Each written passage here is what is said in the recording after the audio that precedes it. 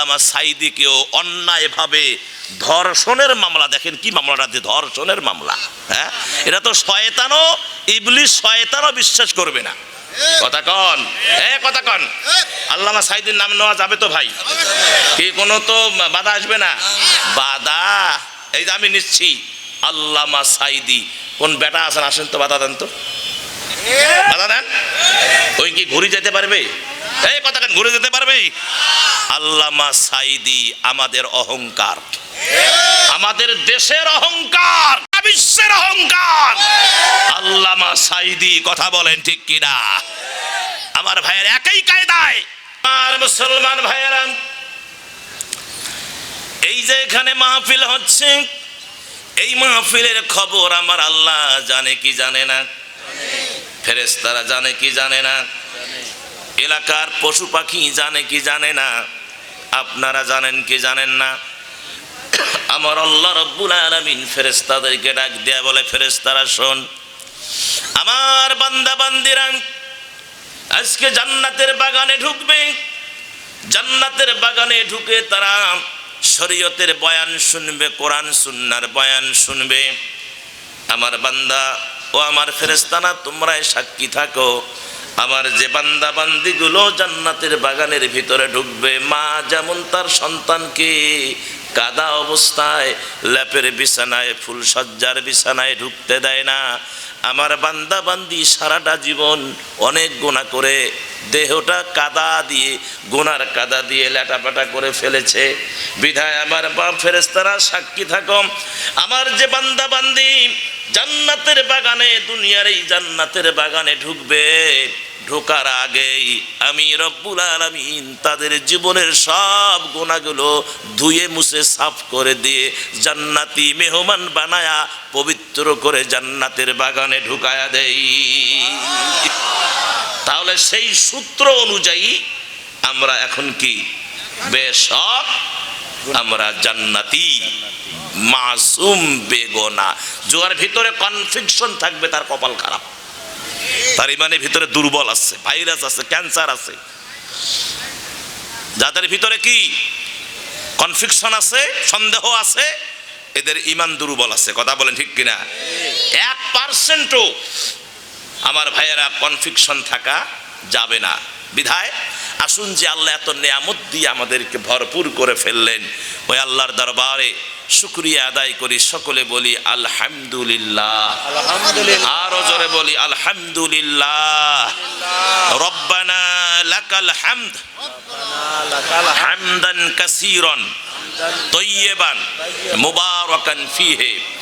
দরুদ আর সালাম নবীজির কদমে হৃদয়ের সমস্ত আবেগ ভালোবাসা উজাড় করে দিয়ে সকলে বলছি সাল্লাল্লাহু আলাইহি ওয়াসাল্লাম। আরো জোরে বলি সাল্লাল্লাহু আলাইহি ওয়াসাল্লাম। এখন আলোচনা শুরু। আমাদের রাসূলের পিরিয়ডে একজন সাহাবী, রাসূলের পিরিয়ডে একজন যুবক সাহাবী হযরতে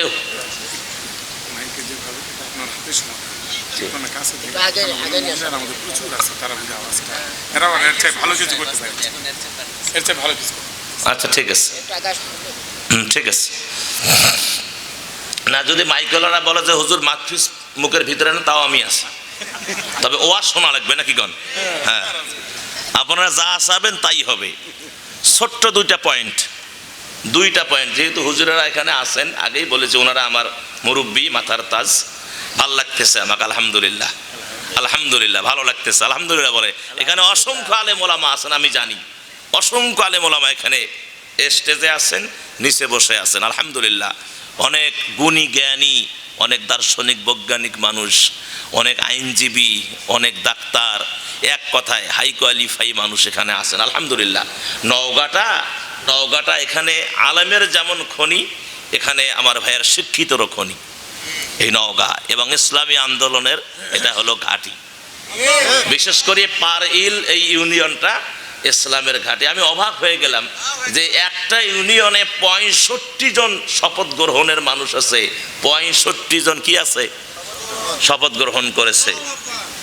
হ্যাঁ, আল্লাহু আকবার বলেন, এটা অবাক করা কাহিনী। যাই হোক, আলহামদুলিল্লাহ। তোর মধ্যে এই গোটা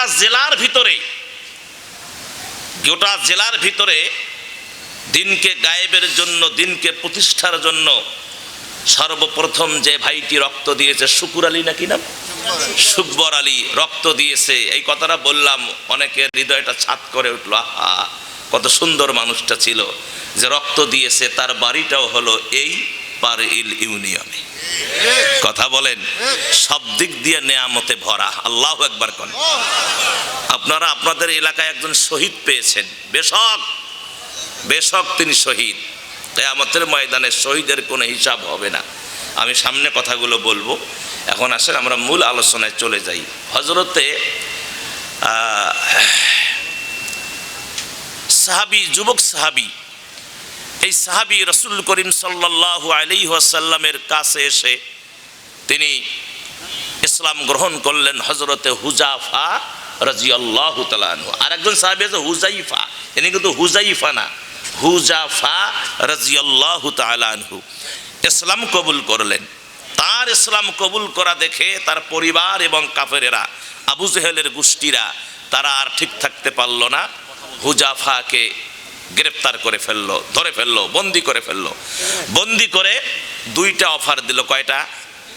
জোরে কোন কয়টা? আমার দিকে তাকান। দুইটা অফার। তোর মধ্যে একটা হলো, হয় তুমি ইসলাম ত্যাগ করবা অথবা মুহাম্মদের কদম ছাড়বা, আর দুই নাম্বার হলো হয় আমাদের ধর্মে আবার ফিরে আসবা। যদি তুমি না আসো তাহলে তিন নাম্বার হিসাব হলো আমরা তোমাকে কঠিন শাস্তির আয়ত্তায় নিয়ে আসব। সম্মান,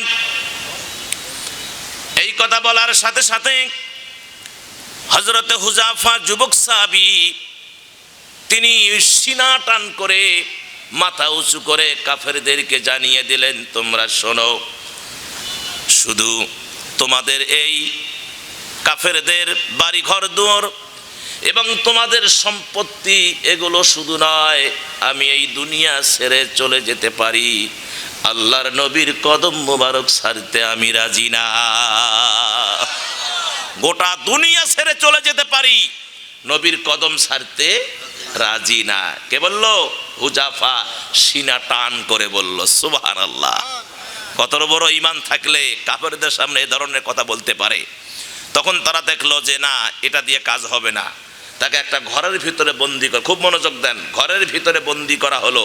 বন্দি করে ওই সময়ের আরবের ওই সময়ের একজন যুবতী, চমৎকার দেখতে, ওই মেয়েটি দেহ ব্যবসা করত, সেই মেয়েটির সাথে কন্ট্রাক্ট করলো যে এই ঘরে একজন যুবক সাহাবী আছে, তোমার কাজ হলো তুমি যদি তার চরিত্র নষ্ট করতে পারো তাহলে তোমাকে আমরা বিশেষ বিশেষ অনেক উপঢৌকন দিব পুরস্কার হিসাবে।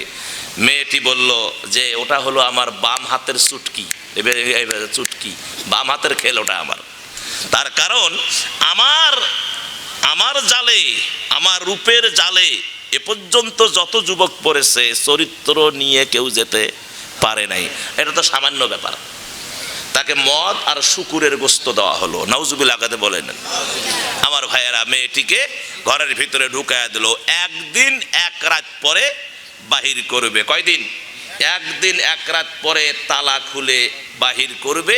এখন আমার প্রশ্নটা হলো যে তার সতীত্ব নষ্ট হলো, তার চরিত্র নষ্ট হলো কি হলো না, পরবর্তী ঘটনাটা কি, এটা আপনাদের জানবার দরকার আছে না নাই? আরো জোরকার আছে না নাই? তাহলে যুবক আর যুবতী কোথায়? ঘরের ভিতরে। পরবর্তী কি হলো জানার দরকার আছে। বেশিক্ষণ রাখা যাবে না, মতিগতি শয়তান যেহেতু নাগিয়েছে, মতিগতি ভালো না, বেশিক্ষণ আবার রাখাও যাবে না, আমরা তাড়াতাড়ি করে বাহির করব। কথা কন। আমি আলোচনা চলতে চলতে যে কোনো চিপাই চুপাই গিয়ে আমি এই আলোচনাটা আপনাদের সামনে উপহার দেব ইনশাআল্লাহ। হযরত উমরের পিরিয়ডে একজন মহিলা এরকম মাথায় কাপড় দিয়ে, ঘোংরা দিয়ে মহিলা উমরের পিরিয়ডে এসে সালাম দিয়ে, আমিরুল মুমিনিন, আমার স্বামী আমাকে তালাক দিতে পারে, এটা শরীয়ত আছে, আছে না নাই?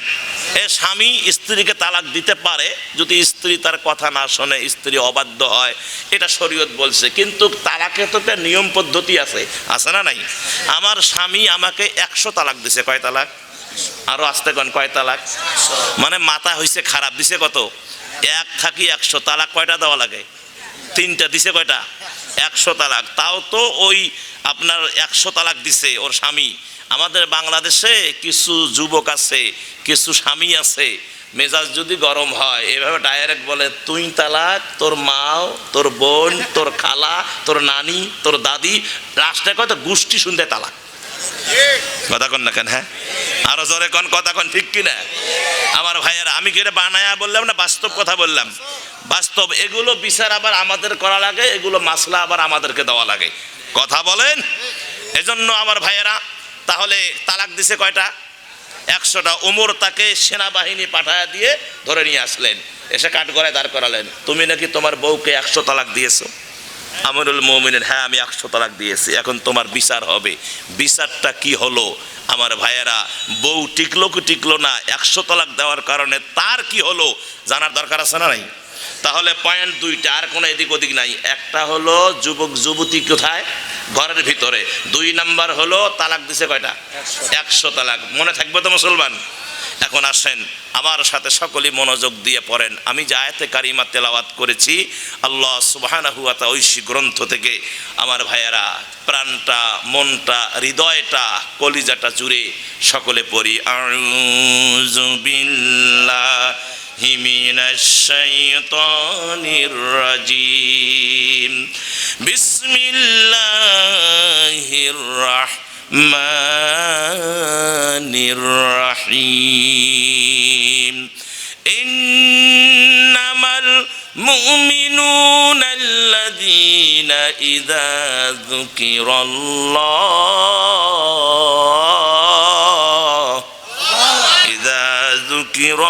যুকিরাল্লাহু ওয়াজিলাত কুলুবুহুম ওয়া ইযা তুলিয়াত আলাইহিম আয়াতুহু যাদাতুহুম ঈমানাও ওয়া আলা রাব্বিহিম ইয়াতাওয়াক্কালুন।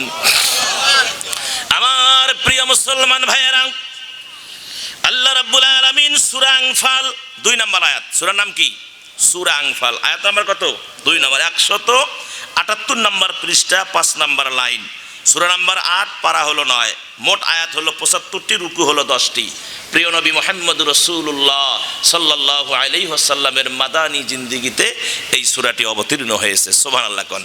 আমার ভাইয়েরা, এই সূরার হিসাব নিকাশ যদি বলতে চাই আধা ঘন্টা থেকে 1 ঘন্টা সময় যায়, মূল মাদ্দা আলোচনা হবে না। বিধায় যেহেতু এটা ইসালে সওয়াব, নাকি কোন ইসালে সওয়াব, তারপরেও আলোচনা হবে তাফসীর। কথা বলেন, আলোচনা কি হবে? তাফসীর আলোচনা। কেননা এই এখন আর ওই কিসসা কাহিনী এখন আর চলে না। আমরা এই 16টি বছর আমরা দেখেছি আমাদেরকে স্টেজে কথা বলতে দেওয়া হয়নি। কথা বলেন, আমাদের গায়ে হাত দেওয়া হয়েছে, আমাদের জামার কলার ধরে স্টেজ থেকে নামিয়ে দেওয়া হয়েছে, আমাদের সামন থেকে মাউথ পিস করে নেওয়া হয়েছে, আমাদেরকে ধাক্কায় ধাক্কায় স্টেজ থেকে নামিয়ে দেওয়া হয়েছে। আমার ভাইয়েরা, আমরা ওই সময় কিচ্ছু প্রতিবাদ করি নাই। তার কারণ আমরা রাসূল সাল্লাল্লাহু, আমাদের গায়েও শক্তি ছিল। কথা কোন ঠিক কিনা? আমরা রাসূল সাল্লাল্লাহু আলাইহি ওয়াসাল্লাম আদর্শকে আমরা ফলো করেছি, আমরা কোরআনের আদর্শকে ফলো করেছি, আমরা রাসূলের জীবনকে ফলো, সাহাবায়েদের জীবনকে ফলো করেছি। রাসূল সাল্লাল্লাহু আলাইহি ওয়াসাল্লাম বলেছেন, আসহাবীকান নুজুম ইহতাদাইতুহু ইহতাদাইতুহু। আমার সাহাবায়ে কেরাম আসমানের নক্ষত্রের মতো, তাদেরকে অনুসরণ করলেই তোমরা হেদায়েত পেয়ে যাবা। সুবহানাল্লাহ। আরো জোরে বলেন না সুবহানাল্লাহ। সম্মানিত ভাইয়েরা, এখন আসেন এই আয়াতের সরল তরজমাটা আগে শুনে নেই, তারপরে এই আয়াতের ভিতরে কি মুক্তা মানিক আছে এগুলো আস্তে আস্তে করে বাহির করব আর উন্মোচন করব ইনশাআল্লাহ। সরল তরজমা হলো, যারা ঈমানদার তারা এমন যে যখন আল্লাহর নাম নেওয়া হয় তখন ভীত হয়ে যায় তাদের অন্তর। কার নাম? আল্লাহর নাম। 2 নম্বর যে বিষয়টা, 3টে বিষয় আছে। 2 নম্বর বিষয় হলো যে যারা যখন তাদের সামনে, ঈমানদারদের সামনে যখন তেলাওয়াত করা হয় আল্লাহ পাকের কালাম, আয়াত যখন পাঠ করা হয় তখন তাদের ঈমান বেড়ে যায়।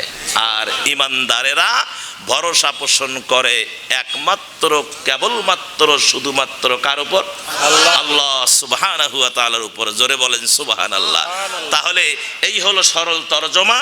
আর হিসাব হলো সূরা আনফাল 2 নম্বর আয়াত, 178 নম্বর পৃষ্ঠা, 5 নম্বর লাইন, সূরা নম্বর 8, পারা হলো 9, আয়াত মোট আছে 75টি, আর রুকু আছে 10টি, আর অবতীর্ণ হয়েছে রাসূলের মাদানী জিন্দেগিতে। এই হলো হিসাব ক্লোজ। এখন আসেন, এই আয়াতের ভিতরে মোট বিষয় কয়টা? আরো জোরে কোন কয়টা? একটা। আল্লাহ রাব্বুল আলামিন বলেন, ইমানদার যারা, যখন আল্লাহ রাব্বুল আলামিনের নাম নেওয়া হয় তখন ভয়ে অন্তর তাদের কাঁপতে থাকে। কার নাম? জোরে বলেন, কার নাম? আল্লাহর নাম। আল্লাহরে চেনেন নাকি? কয়জন আল্লাহরে চেনেন? আল্লাহরে কারা কারা দেখেছেন? হাত তুলে দেখান তো দেখি। আল্লাহরে দেখছেন নাকি? আল্লাহরে দেখেন নাই? অনেক ভাইয়েরা বলে তাদের পীর সাহেব নাকি আল্লাহকে দেখেছে 82 বার, 92 বার, 101 বার, 42 বার, 21 বার আল্লাহকে দেখছে, আল্লাহর সঙ্গে কথা হয়েছে, দেখা সাক্ষাৎ হয়েছে। আমার ভাইয়েরা, নাউজুবিল্লাহ, আল্লাহে, আল্লাহর কসম করে বলছি, যদি কেউ বলতে পারেন আমি আল্লাহকে দেখেছি, এর দলিল যদি কোরআন সুন্নাহর হাদিস থেকে একটা ইবারত থেকে, একটা শব্দ থেকে দেখাতে পারেন, আমি আনসারি ওয়াদা দিলাম আর জীবনে ওয়াজ করব না। কিন্তু আল্লাহকে দেখা যায় না, এ দলিল কোরআনে আছে। সুবহানাল্লাহ কোন? এ কথা কোথায় আছে? কোরআনে। আয়াতটাকে পড়ে নেই, দেখেন ভালো লাগে কিনা। আল্লাহ রাব্বুল আলামিন বললেন, ও পৃথিবীর মানুষ শোনো, লা তুদরিকুহুল আবসারু ওয়া হুয়া ইউদরিকুল আবসার ওয়া হুয়াল লাতীফুল খবীর। আমার ভাইয়েরা, লা মানে কখনো না, নাকি হুজুর? লা মানে কি? কখনো না, একদম বাদ না। তো পৃথিবীর কোন চোখ আল্লাহরে দেখতে পাবে না। আল্লাহটা সিলমোহর মেরে দিয়েছেন। পৃথিবীতে আল্লাহকে দেখার ক্ষমতা কারো নাই। এমনকি নবীও আপনার মেরাজের রজনীতে গিয়ে আল্লাহর সঙ্গে দেখা হয় নাই, আল্লাহর সঙ্গে ডাইরেক্ট দেখা হয় নাই, সাক্ষাৎ হয় নাই। আমার আল্লাহর সঙ্গে কথা হয়েছে, এ দলিল কোরআনেও আছে, হাদিসও আছে। হাদিসে দলিল হলো আম্মা জান আয়েশা সিদ্দিকা রাদিয়াল্লাহু তাআলা আনহা বলেছেন, যদি কেউ বলে যে আল্লাহকে রসুল দেখেছেন, তাহলে আল্লাহ এবং রাসূল সম্পর্কে সে দাহা মিথ্যা কথা বলল, দাহা মিথ্যা কথা বলেছে। আল্লাহর সঙ্গে রসুলের কথা হয়েছে কাবা কাউসাইন, ভালো কি বোঝেন? কাবা কাউসাইন, একটা ধিনুককে যদি এইভাবে কাছে আনা হয় তাহলে সম্ভব। আল্লাহ এবং আল্লাহর রসুল এই যে কাছে, মাঝে ছিল এই হিজাব মানে পর্দা, এই মাঝে ছিল পর্দা, এই পর্দার এই পাশে আল্লাহ, এ পাশে রসুল। আমার ভাইয়েরা, কথা হয়েছে, সালাম বিনিময় হয়েছে, কিন্তু আমার রসুল আল্লাহকে দেখেন নাই। কেননা লা তুদরিকুহুল আবসারু ওয়া হুয়া ইউদরিকুল আবসার, পৃথিবীর কোন চোখ আল্লাহরে দেখতে পাবে না। আল্লাহ দেখেন কি দেখেন না? আল্লাহ সব কিছু দেখেন, তাহলে শোনে না? শোনে না? আমার মুসলমান ভাইয়েরা, সে দলিল কোরআন থেকে নেন। যা হবে দলিল ভিত্তিক, কোরআন থেকে হবে, হাদিস থেকে। আমাদের এলাকায় একটা লোক দাঁড়াছিল মেম্বর, গাটু করিয়া, এই যে এইরকম সাইজের খাটো করি। তা আমি ওদের ওয়াজ করিয়া, মানে দিনের বেলা ওয়াজ ছিল, তো আস্তে আস্তে সন্ধ্যা হয়ে গেছে। তো বাড়িতে ঢুকতেছি, দেখি সব ছোট ছোট বাচ্চারা কিসের মুড়ি খাইছে, চা খাইছে, মলা নিয়ে মিছিল দিতেছে, ভোট দিমো গাটুক, কার ফাটে ফাটুক। মানে একজনে কইতেছে ভোট দিমো গাটুক, আর সবাই কয় কার ফাটে ফাটুক। আমি কই কে রে, এটা কি মিছিল? পরে দেখি যে ওই গ্রামের যে কথা কন, কথা কন, কথা কন। হ্যাঁ আমার ভাইয়েরা, বাধা দিবেন আসেন, বাধা দিবেন আসেন, একটু খেলি, খেলতে খুব শখ, আসেন, পিঠির চামড়া থাকবে না। কথা বলেন ঠিক কিনা? বারে বারে ঘুঘু তুমি খেয়ে যাও ধান, এবার আর ওই সুযোগ, ধান খাওয়ার সুযোগ নাই। এবার ধান খেতে আসলে ফাঁদে পড়া লাগবে, ওই ফান্দে পড়িয়া বগা কান্দেরে, সেই সিস্টেম হবে। কথা বলেন আমার মুসলমান ভাইয়েরা, আল্লাহকে দেখা যায় না।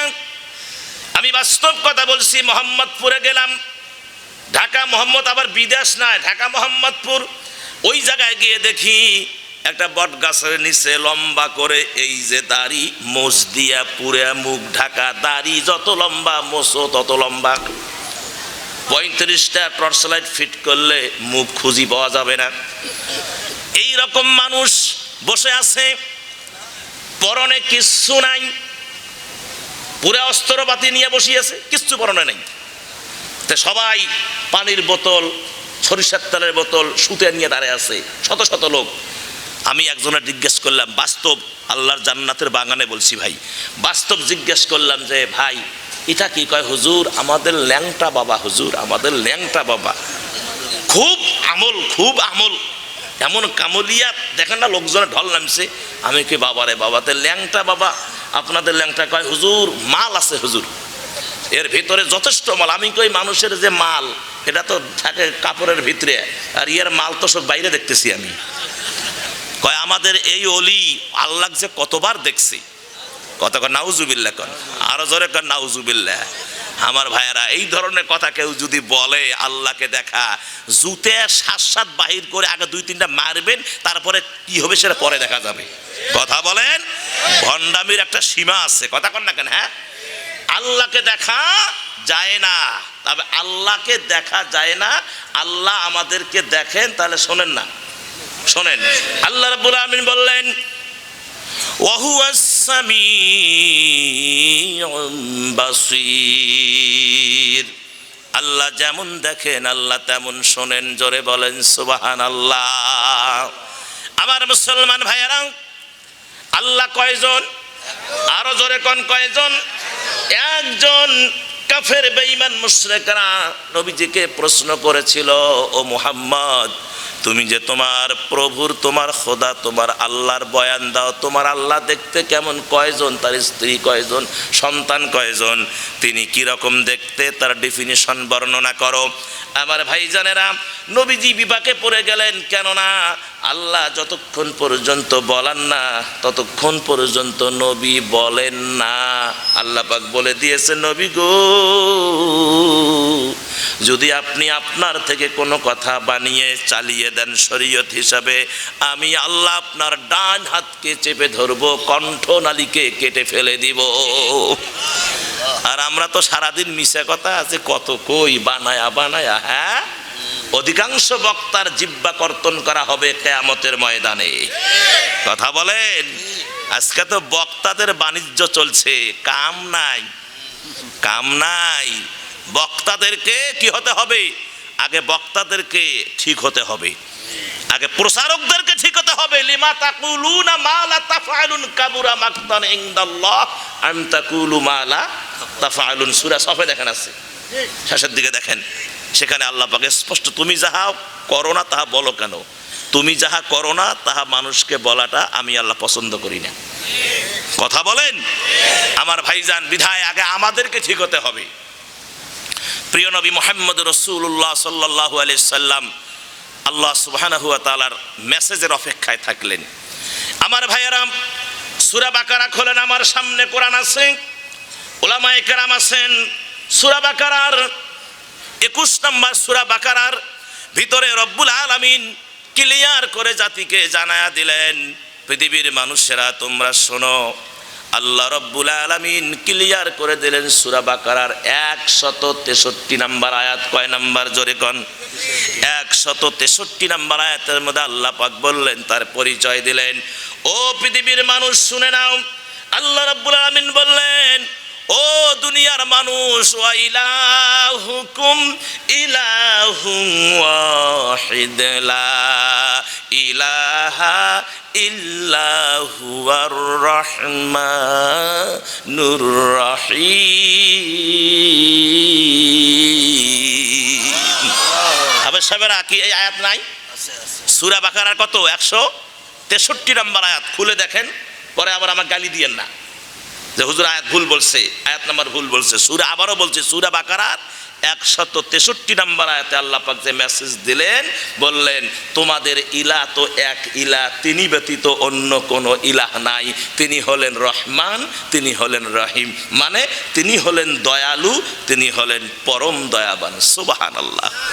আজকে আমরা যারা খাচ্ছি, অনেকে তো এশার নামাজটা আল্লাহর হস্তে পড়েন নাই, কি সুন্দর বসিয়েছেন, ঈশান নামাজ নাই, ফজর পড়েন নাই, জহর পড়েন নাই, আসর পড়েন নাই, সারাদিন যে কতগুলো সিগারেট খাইছেন, কথা কন না কেন, গুল যে কত মারছেন, সুদের টাকা অনেকে গনছেন, এখনো তো সুদের সাথে অনেকে জড়িত আছেন, তবে এই গ্রামে সুদ নাই। হ্যাঁ বহুত, হ্যাঁ আল্লাহু আকবার। সুদ খাওয়া বোধহয় হালাল নাকি ভাই? আয়াত বলি, আগেই বলছে আয়াত ছাড়া কোনো হালাল হবে না। আহাল্লাল্লাহুল বাইআ ওয়া হাররামার রিবা, আল্লাহ ব্যবসাকে হালাল করছেন, সুদকে হারাম করে দিয়েছেন। আমি যদি এখন এই সুদের বয়ানটা এখন করি তাহলে অনেক লোক মন খারাপ করে চলে যাবেন, এটা আমি শেষে রাখলাম যাতে করে আল্লাহ জাহান্নাম থেকে আপনাদেরকে হেফাজত করে। মনে রাখতে হবে তালাক দিছে কয়টা? হ্যাঁ 100 তালাক দিছে। আর যুবক যুবতী কোথায় আছে? হ্যাঁ আরে বেশিক্ষণ রাখা যাবে না, তাহলে ভেজাল হবার পায় বাবা। আমার অল্প সময় বাহির পেলাম। আমার মুসলমান ভাইয়েরা, ভাই এই বদ অভ্যাস কেন এত? একটা বাচ্চা যদি ওঠো তাহলে খবর আছে, একজন উঠলে খবর আছে। আজ মানুষ চেনেন নাই না? মৌলবীর মশান দেখছেন? হ্যাঁ আমার দিকে তাকান, আলোচনা শোনেন। তাহলে কত নাম্বার আয়াত? সূরা বাকারার 163 নম্বর আয়াতের অর্থটা বললাম। শেষের শব্দটার অর্থ হলো যে রহিম আর রহমান, মানে দয়ালু আর পরম দয়াবান। এই যে আমরা মাস্তানি দেখাই না, এই যে মাস্তানি দেখাই, আমার ভাইয়েরা নামাজ না পড়ার পরেও খাইতেছে। আপনি নিজের ব্রেনে একটা চিন্তা করে দেখেন, যদি আপনি একটা চাকর রাখেন, বাড়ি একটা কাজের ছেলে মেয়েকে রাখেন, যদি আপনি স্কুলে কলেজে চাকরি করেন, যাওয়ার সময় বলেন এই আব্দুর রহমান, জি জি জি চাচা, জি চাচা, এই যে এখানে গোবরগুলা আছে, গোবরগুলা জমির মধ্যে ফেলাবা, জমি কারা লাগবে, এটা তোমার সারাদিন এই কাজ। এখন বিকালবেলা অধ্যাপক সাহেব বাড়িতে এসে দেখে গোবরের গুষ্টি ফেলায় নাই, বরঞ্চ সারাদিনে মার্বেল আছে না, যে কাছের মার্বেল, ও কি হচ্ছে গুলি মারে ধর চিকা মারে, ও কি হচ্ছে গুলি মারে, সারাদিন গুলি মারছে, মানে মার্বেল খেলছে। এখন স্যার আইসে দেখে, আয় রে কপাল রে, কিচ্ছু কাম করে নাই। এখন ডাক দিয়ে কয় সোনার টুকরে আমার মেয়ে তো বড় হয়েছে, তোরে দিয়ে বিয়ে দিয়ে আয় তো। এটা দিবে না পাশার মধ্যে লাথি মারবে, কোন লাথি মারবে না, লাথি মেরে ঘর থেকে বাহির করে দিবে। এই মুসলমান, আজকে তুমি কেন ঈশান নামাজ পড়ো নাই? জবাব দাও। ফজরের নামাজ কেন পড়ো নাই? জবাব দাও। জহরের নামাজ কেন পড়ো নাই? জবাব দাও। কি জবাব দিবেন কোন? কি জবাব আসবে? খাচ্ছেন কার? এই বাতাস কার? জমিন কার? প্রত্যেকটা দানা কার? আল্লাহর। তাহলে আপনি আল্লাহর ইবাদত করবেন না? সামান্য আপনার বাড়ির কাজের ছেলেটা আপনার কথা শুনে নেই বিধায় লাথি মেরে বাড়ির থেকে বাহির করে দিলেন, আর সারাদিন সারা রাত কত অকাম কুকাম করে বেড়াচ্ছেন, তারপরেও আল্লাহ খেতে দিচ্ছেন, রহম করছেন। ফেরাউনের, হুজুরদের জিজ্ঞেস করেন, ফেরাউনের যত বছর তিনি বেঁচে ছিলেন একটা দিনের জন্য মাথা ব্যথা দেয় নাই, সর্দি নাই, জ্বর নাই। আল্লাহু আকবার কয় না? সর্দি জ্বর কিচ্ছু নাই, একটা দিনের জন্য নাই। আল্লাহ পাক দেয় নাই, এই নেয়ামত আল্লাহ ফেরাউনকে দিয়ে, সর্দি জ্বর নাই, কিচ্ছু নাই। কিন্তু আমার আল্লাহ সুবহানাহু ওয়া তাআলা যখন দেখলো যে ফেরাউন এখন আমার সীমা লঙ্ঘন করে ফেলেছে, কি লঙ্ঘন করছে? সীমা লঙ্ঘন করে ফেলেছে, মানে আনা রব্বুকুমুল আ'লা, আমি তোমাদের রব। একথা যখন বলেছে, আল্লাহ কয় রব তো আমি, তুমি আবার আমার রবের চাদর ধরি টানা হেসরা করো, দাঁড়াও তোর ব্যবস্থাটা করতেছি। মুসার পিছনে দৌড় দিল, ঠিক কিনা?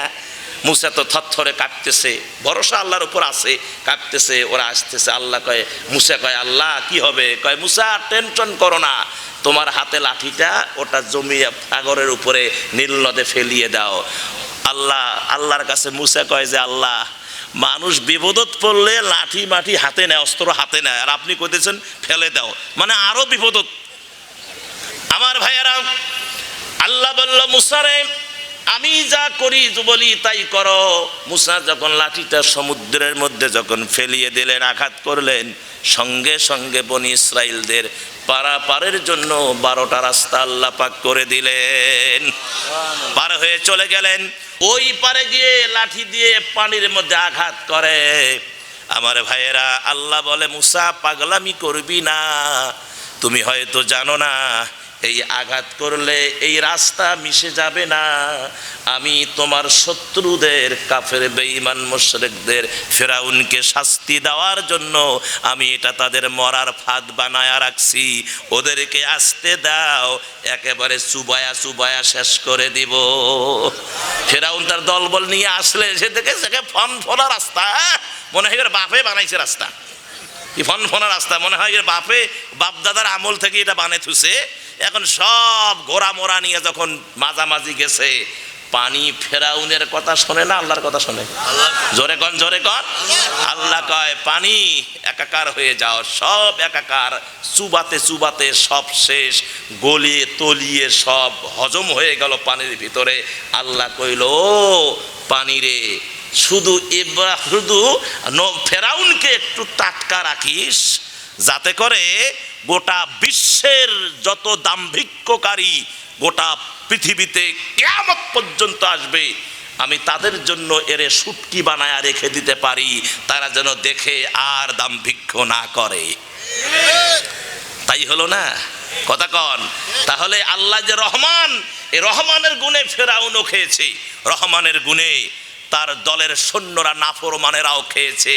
তারপরে আসে নমরুদ, দেখেন ওরও তাকাব্বুরি। সে কুতুব রহমুল্লাহ ইসলামী আন্দোলন করার অপরাধে, ইসলামের ডাক দেওয়ার অপরাধে জামাল নাসের আমার ভাইয়েরা সাইয়েদ কুতুবকে গ্রেপ্তার করে জেলখানায় বন্দি করে রাখলো। কথা কন ঠিক কিনা? জেলখানায় বন্দি করে রাখলো, বন্দি করে রেখে নির্যাতন করলো। আমাদের আল্লামা সাইদিকে যেমন অন্যায়ভাবে বন্দি করে নির্যাতন করে করে পৃথিবীর জমিন থেকে বিদায় করে দিল। কথা বলেন ঠিক কিনা? সাইদি সাহেবের নাম নেওয়া যাবে ভাই? এই আগেই তো ভালো ছিল, এরকম করতেছো কেন?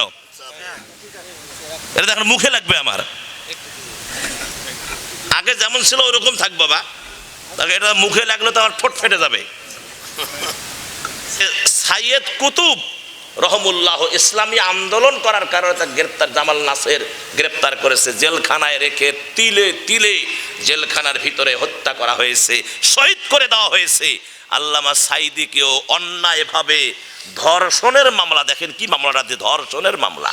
হ্যাঁ, এটা তো শয়তানও, ইবলিস শয়তানও বিশ্বাস করবে না। কথা কন, কথা কন। আল্লামা সাইদির নাম নেওয়া যাবে তো ভাই? কি কোনো তো বাধা আসবে না? বাধা এই যে আমি নিচ্ছি, আল্লামা সাইদি। কোন বেটা আছেন, আসেন তো, বাধা দেন তো, বাধা দেন। ওই কি ঘুরে যেতে পারবে? এই কথা কেন, ঘুরে যেতে পারবে? আল্লামা সাইদি আমাদের অহংকার, আমাদের দেশের অহংকার, বিশ্বের অহংকার। আল্লামা সাইদি, কথা বলেন ঠিক কিনা?